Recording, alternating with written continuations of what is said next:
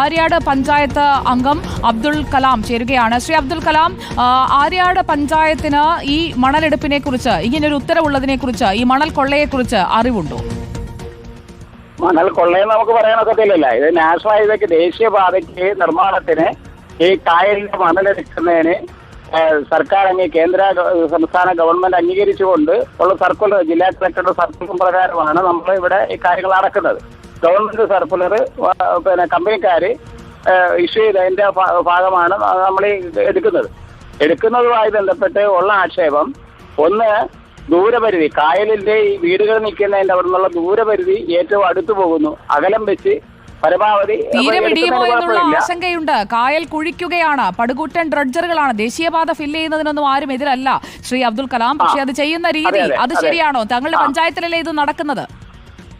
പഞ്ചായത്തിന് ഈ കാര്യത്തിൽ ഓർഡറും ഉത്തരവും കാര്യങ്ങളൊന്നും പഞ്ചായത്തിനില്ല. പഞ്ചായത്ത് ഈ സംഭവം നടന്നപ്പോൾ തന്നെ കളക്ടർ മറ്റുള്ളവരുമായിട്ട് സംസാരിച്ചു, ചുമലക്കാരുമായിട്ട് സംസാരിച്ചപ്പോൾ ഇത് കേന്ദ്ര ഗവൺമെന്റ് ദേശീയപാത, അതുപോലെ ഇപ്പൊ ദേശീയ കായൽ, ഈ വേമ്പനാടൻ കായൽ ദേശീയ കായലാണ്, ദേശീയപാത പോലെ തന്നെയാണ്. ഈ ദേശീയപാതയ്ക്ക് മണ്ണ് ഇവിടെ നിന്ന് എടുത്തു കൊണ്ടുപോകാനേ നടക്കുകയുള്ളൂ.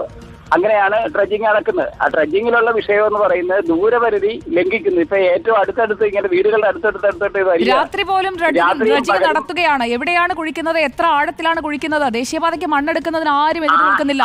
അത് നമ്മുടെ ദേശീയ സമ്പത്താണ്. ദേശീയ പതാക സംസ്ഥാനത്തിന് കിട്ടുന്ന, സംസ്ഥാനത്തിന്റെ അസറ്റാണ്. അപ്പോൾ അതിനായി ഈ ഫ്രീ ആയി മണ്ണ് കൊടുക്കുന്നതിന് ഒക്കെ അങ്ങനെയൊക്കെ നോക്കിക്കഴിഞ്ഞാൽ തത്വത്തിലെല്ലാം ശരിയാണ്. പക്ഷെ ഇവിടെ ആഴത്തിൽ കുഴിക്കുകയാണ്. അതിന്റെ കരാർ വ്യവസ്ഥയൊന്നുമില്ല. ഗവർണർ ഒപ്പിട്ട ഉത്തരവുണ്ടല്ലോ, അതും പ്രകാരമാണ് ഇവിടെ നടക്കുന്നതായിട്ടാണ് കളക്ടറുടെ അവിടെ നിന്നുള്ള പേപ്പർ നമ്മളെ കിട്ടിയ ഇതിന്റെ കമ്പനിക്കാർ എറണാകുളത്തുള്ള അതിന്റെ ഉദ്യോഗസ്ഥർ നമുക്ക് പേപ്പർ അയച്ചത്. അതിന്റെ കോപ്പി നിലയിലുണ്ട്.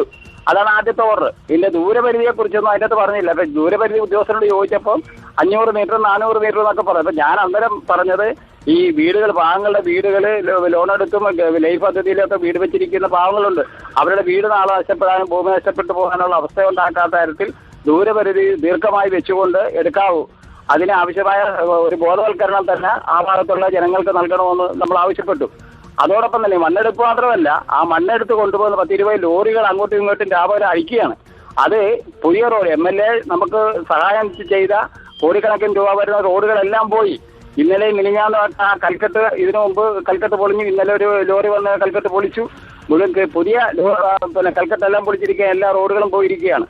അതോടൊപ്പം തന്നെ അപകടങ്ങൾ, ഇതെല്ലാം പോലീസ് സ്റ്റേഷനിൽ, നമ്മളിപ്പോൾ നോർത്ത് പോലീസ് സ്റ്റേഷൻ പരാതിയായിട്ട് എഴുതി കൊടുത്തു. എല്ലാം ചെയ്തിട്ടുള്ള കാര്യമാണ്. SP ഓഫീസിൽ നിന്ന് സ്പെഷ്യൽ ബ്രാഞ്ച് അന്വേഷണത്തിന് അവിടെ വന്നതാണ്. എന്നെ വിളിച്ചു ചോദിക്കുകയും ചെയ്തു. ഓക്കെ, വ്യക്തമാണ്. താങ്കളുടെ ഭാഗം താങ്കൾ വിശദീകരിച്ചല്ലോ ശ്രീ അബ്ദുൾ കലാം.